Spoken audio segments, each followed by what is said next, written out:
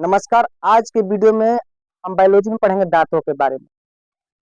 तो हम अंग्रेजी में टीथ कहते हैं और हिंदी में दांत कहते हैं। दांत को अंग्रेजी में क्या कहा जाता है? टीथ कहा जाता है और हिंदी में दांत कहते हैं।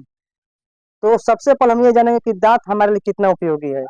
तो जो चेहरे की बनावट होती है वो दांतों की वजह से होती है।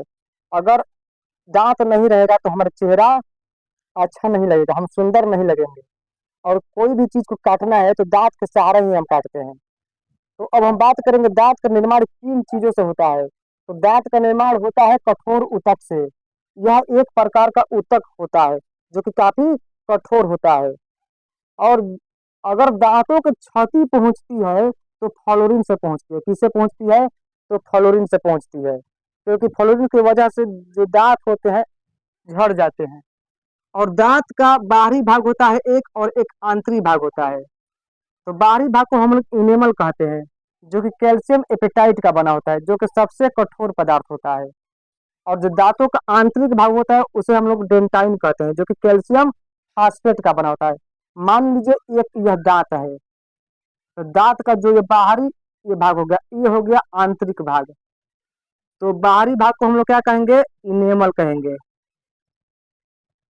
यह जो इनेमल होता है दांतों को सफेद दिखलाता है। जो दांत हमारा सफेद दिखाई देता है तो इनेमल की वजह से ही दिखाई देता है। तो ये काफी कठोर होता है। इनेमल जो होते हैं काफी कठोर होता है, लेकिन मजबूत नहीं होते हैं, सिर्फ कठोर होते हैं। और जो आंतरिक भाग होता है इसे हम लोग कहते हैं डेंटाइन। क्या कहते हैं?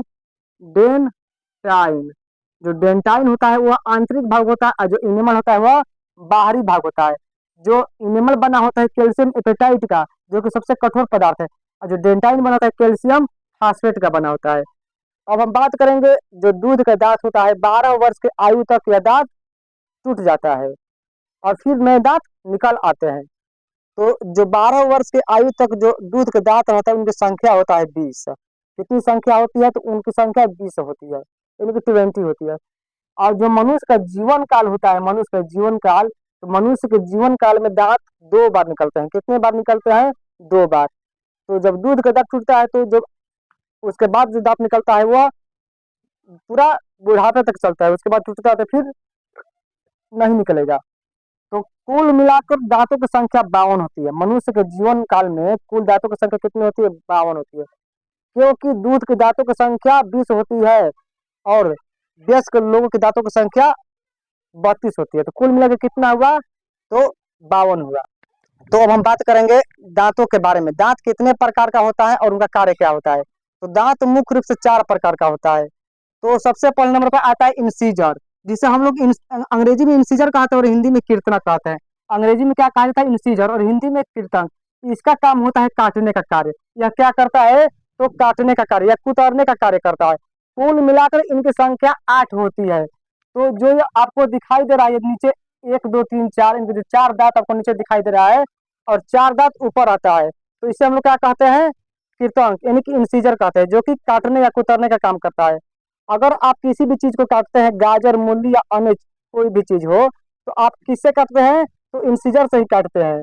और दूसरे नंबर पर आता है केनिनाइन, जिसे अंग्रेजी में हम लोग केनिनाइन कहते हैं और हिंदी में रत्नक कहते हैं। अंग्रेजी में क्या कहा जाता है? तो केनिनाइन, और हिंदी में रत्नक कहा जाता है। इसका काम होता है फाड़ने का काम। इसका काम क्या होता है? फाड़ने का, जो कि इनकी कुल मिलाकर संख्या 4 होती है। 2 नीचे और 2 ऊपर, जो कि इस तरह का नुकीला होता है। जो ये जो दांत दिखाई दे रहा है आपको, इस तरह का वह नुकीला होता है, उसे हम लोग क्या कहते हैं? तो किनाइन, या हिंदी में इसे रत्नक कहते हैं, जिसके सहारे हम किसी भी चीज को आसानी से फाड़ देते हैं। मांसाहारी जीवों में यह काफी तेज रहता है और काफी बड़ा रहता है, कि जिसके सहारे वह मांस को आसानी से फाड़ देते हैं। और तीसरे नंबर पर आता है प्रेमोलर, जिसे हम लोग हिंदी में कहते हैं अग्रचौड़क और अंग्रेजी में कहते हैं प्रेमोलर, जिसका काम होता है चबाने का काम। एक तरह का चहुआ होता है, जो कि आगे का चहुआ इसे वो हम लोग कहते हैं। तो इसे हिंदी में क्या कहा जाता है? अग्रचौड़क, और अंग्रेजी में प्रेमोलर, जो कि चबाने का काम करता है। कुल मिलाकर इनकी संख्या कितनी होती है? तो 8 होती है। कुल मिलाकर इनकी संख्या कितनी होती है? 8 होती है। 2 यहाँ पर दिखाई दे रहा है, 2 यहाँ पर, 4 हुआ और 2 ऊपर, कुल मिलाकर कितना हुआ? 4 4 8 हुआ। तो इनकी संख्या क्या हुआ? तो चबाने का काम। लेकिन यह आगे का जो होता है चौवा, इसलिए हम लोग अग्रचौड़क कहते हैं।